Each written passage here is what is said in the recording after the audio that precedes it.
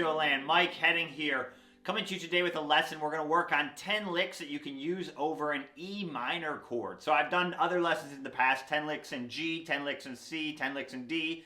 So these are licks that you can use over an E minor chord that's used a lot in songs in the key of G.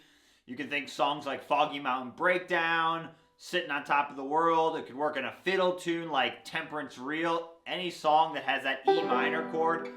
These could also work over like a jam, like if you're more of a progressive bluegrass player, a lot of times they might jam over a E minor chord or something like that, like an extended jam. So these licks could work in that situation.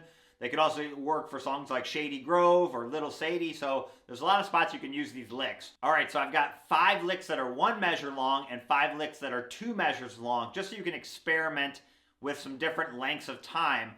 So let's jump into this lesson. Here we go. All right, so real quick, before we get into lick 1, let's just talk real quick about where these notes are coming from. So we're actually going to use the notes of a G major scale. E minor is the relative minor of G major. So they basically share the same scale. So here, I'll just show you briefly the quick G major scale. So you have open 3rd string, 2nd fret on the 3rd string, open 2nd string, 1st fret 2nd string, open 1st string, 2nd fret 1st string, 4th fret, and then open 5th string. And then go down the notes.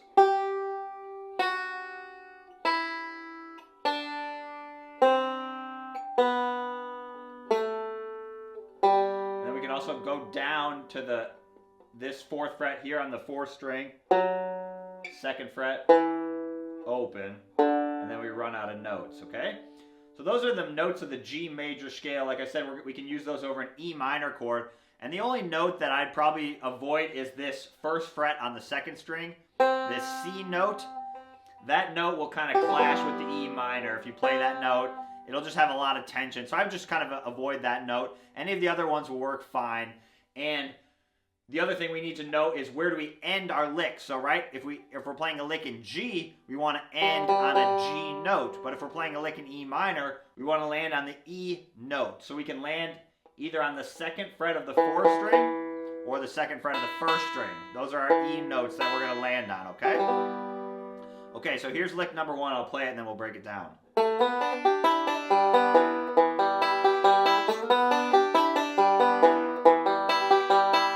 This is a 1 measure lick, and then it'll be followed by this 1 measure roll. And I just picked a basic E minor forward roll. You're going to hit the 2nd fret of the 4th string, and then go 4-3-1 TIM with your right hand. Those are the strings, and then 5-3-1. And I've just got this E minor chord down. 2nd fret on the low string, 2nd fret on the high string. And that's just a generic roll. You could also do a forward reverse roll. You could do a pinch.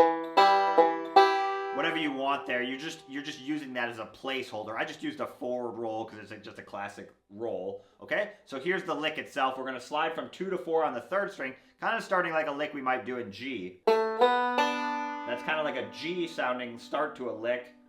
And then I'm going to hit the 5th string. And then I'm going to go up here to the 2nd string and grab this 5th fret, which is the same as this note. I'm just grabbing it up here because the next note I want is my open 1st string. And and rather than playing those both on the same string, I move this note to this string. Now I can do a roll. So I can go. And then we're going to go thumb, index, 3rd string, 2nd string, and then land in that E minor. So those extra 2 open notes essentially give you time to get back down. So you go. And then that roll.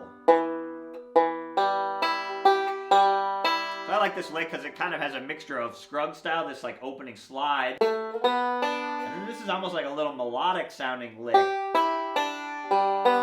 that kind of sound is just has a little bit more of a melodic flavor, which is kind of cool. So you have. You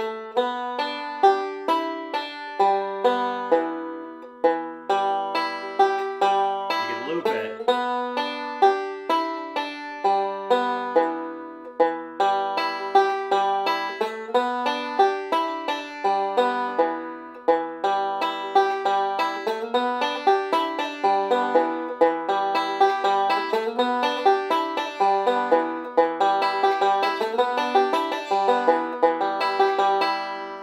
not too hard. Let's do it a couple more times. And I'm kind of using these two fingers, my middle finger and ring finger. That's what feels most comfortable. And then I'm going back like that. So one more time.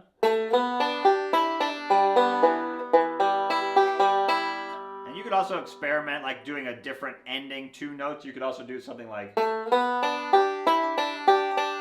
you could hit the 5th string and the 1st string. I like ending with thumb index, but that's maybe not quite as common of an ending for the Scruggs roll, but it works. But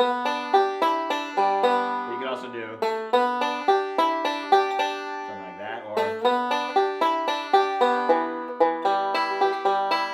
what I like to do with licks is start with an idea, like lick 1, like I said, and then try and come up with a few variations, because then in practice in real life, if you hit an index instead of a middle, you know, with your right hand, the whole lick doesn't fall apart. You hopefully can kind of stumble out of it.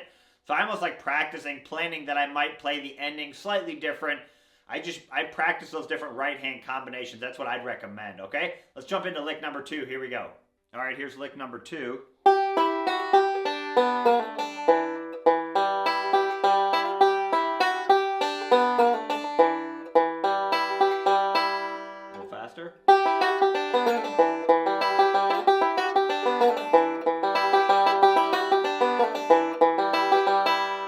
So we're going to start with kind of almost a little melodic sounding lick, and then we're going to end with a Scruggs pull-off lick. So I'm going to start up here with my middle finger on the 5th fret of the 2nd string, and my index finger on the 4th fret of the 1st string. So I just have this like little shape, and then I'm going to do a forward reverse roll. So I'm going to hit the 5th string to start it, and then 2nd string, and then 1st string, and then open 5th string. And that gives me time to move my hand back down, and then I do a backwards roll with a 3-2 pull off. And then land in my roll. So same forward roll. So we have, and I land right here, and I'm doing the 3-2 pull off on the 3rd string, and I pull back toward my palm. So get your index finger down on the 2nd fret first, and then you have to also make sure you're not bent back too much like this, so you don't want to mute that 1st string when you do that pull off, right? So you have to have your hand out enough. And then quick, take your hand off and then land here. You might have seen that lick something like this, where you're ending on the G note. Right now, again, we need to end on the E note, so we're ending up here. The other thing we're doing is we're kind of playing with those kind of minor, E minor notes that we're talking about.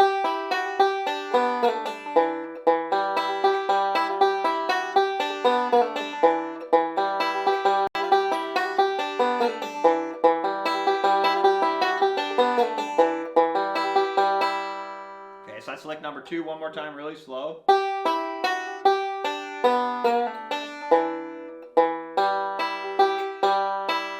Transitioning practice.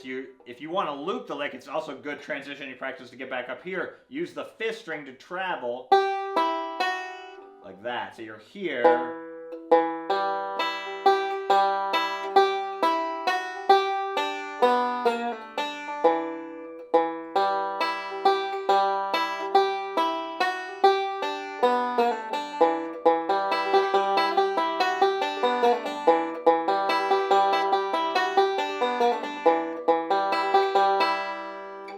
How would I use that lick? So I might be doing something like G, E minor.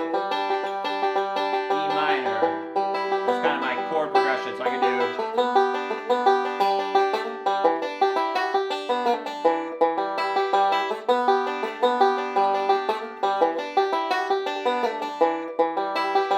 I'm just picking like 2 G licks, right? And then going into that lick. Again, you can apply it to a song or just use it in a little, it's a 1 measure E minor lick, so it's a lick you could use. You could also maybe use it in like something like Foggy Mountain Breakdown. So if you went like something like that, right? And then you wouldn't add that roll at the end, but you could go back into a G there. So you could do like something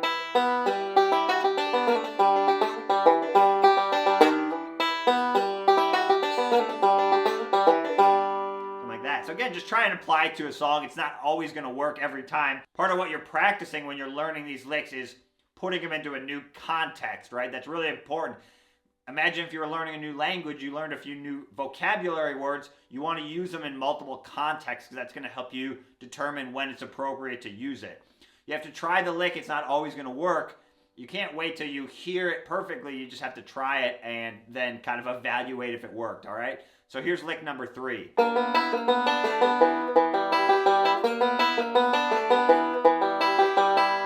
Alright, so for lick number 3, we actually are going to break our scale rule, and we're going to use one more note outside of the scale to just create some tension. We're going to use this 3rd fret on the 3rd string, which is basically a half step away from this open 2nd string, which just creates some cool tension over that E minor chord. So that's what we're going to do. I've got my index finger on the 2nd fret of the 1st string, and then my middle finger on that 3rd fret on the 3rd string. So it's kind of a position. 2nd string is open. And I'm going to roll forward 3, 2, 1. Those are the strings T-I-M. Then take my index finger off, roll forward again, and then move my middle finger down to the 2nd fret and do thumb, index, 3rd string, 2nd string, and then down here. So you have.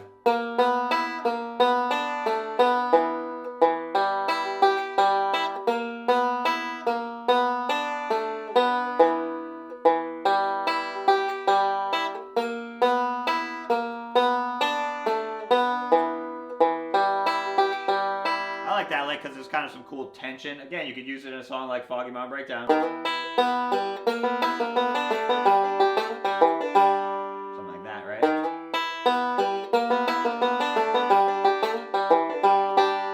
Or...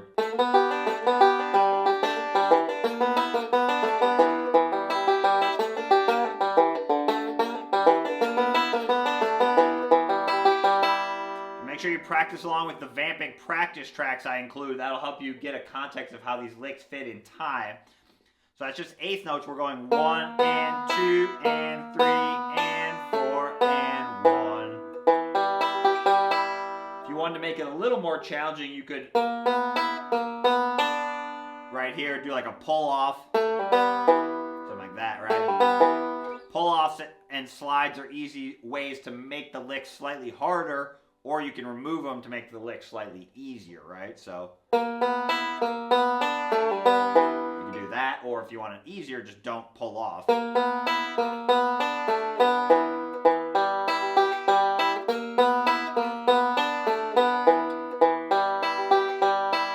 All right, that's lick number 3.